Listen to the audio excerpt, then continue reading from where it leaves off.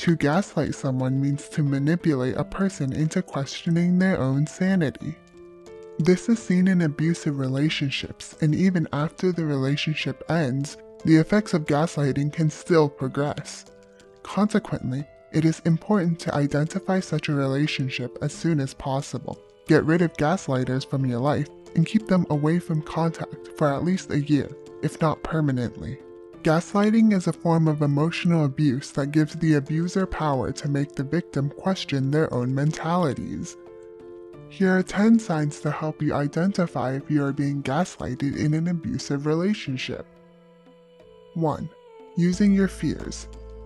Abusive people often act charming in order to extract information from you and use it against you later on. They take note of your vulnerabilities, especially for this reason. The abuser will want to feel like they're better than you and make sure you think that way too. For example, if you have weight insecurities, the abuser will poke fun of your weight and constantly point out people who are skinnier than you. 2. Knowing you. Many abusers think and act as if they know everything about you, right down to your thoughts. If you try to claim otherwise, they will assume you are lying. They may even try to convince you that you are lying to yourself. 3. Normal changes. This is one of the most obvious signs of gaslighting.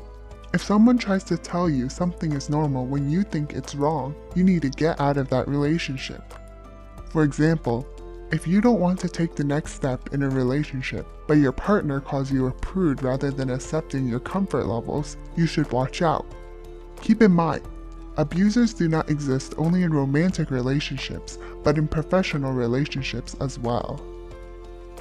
4. Questioning your sanity. A person is abusing you, and yet you're the one that's insane? That's basically how it goes in the mind of an abuser. When an abuser does not get their way, even through manipulation, they may become more intense by questioning your sanity. You are likely to be called paranoid, hormonal, or overly sensitive. 5. Making you doubt yourself. When someone says something over and over again, you are bound to believe it eventually. Because of frequent exposure to such comments, you will find yourself questioning your own judgment and may eventually give up completely and just let the other person think for you. 6. Forgetting. An abuser tends to have selective memory, where they may deny ever saying anything that upset you if you try to confront them about it.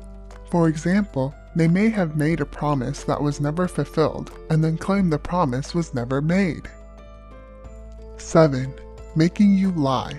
You may not usually lie, but this person may cause you to lie at times to avoid any verbal and/or physical abuse to come. This lying is motivated by stress caused by the abuser. 8.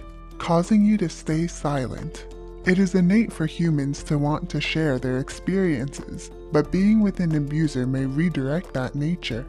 You may avoid or stop talking with the abuser, and may even stop talking about yourself and your experiences to everyone in general, based off habit and trauma caused by the abuser.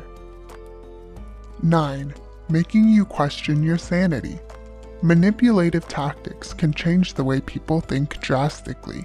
When you are constantly trying to end an argument with an abuser, it may become easy to just go along with whatever the person is saying, but this slowly changes the way you think. You eventually start believing the abuser when they say you are in the wrong and should apologize. 10. Making you depressed. Being worn down by an abuser can easily make anyone depressed. Being pushed to question yourself and your sanity will get tiring over time and eventually lead to a feeling of hopelessness. Worst of all, because you think you have issues such as paranoia and memory loss, you are likely to search for treatment for the depression and the mental problems rather than for the issue itself, the abuser. Now that you know some of the gaslighting signs, do you think you've ever been gaslighted before? If so, how did you get out of that relationship? Feel free to tell your story in the comments below.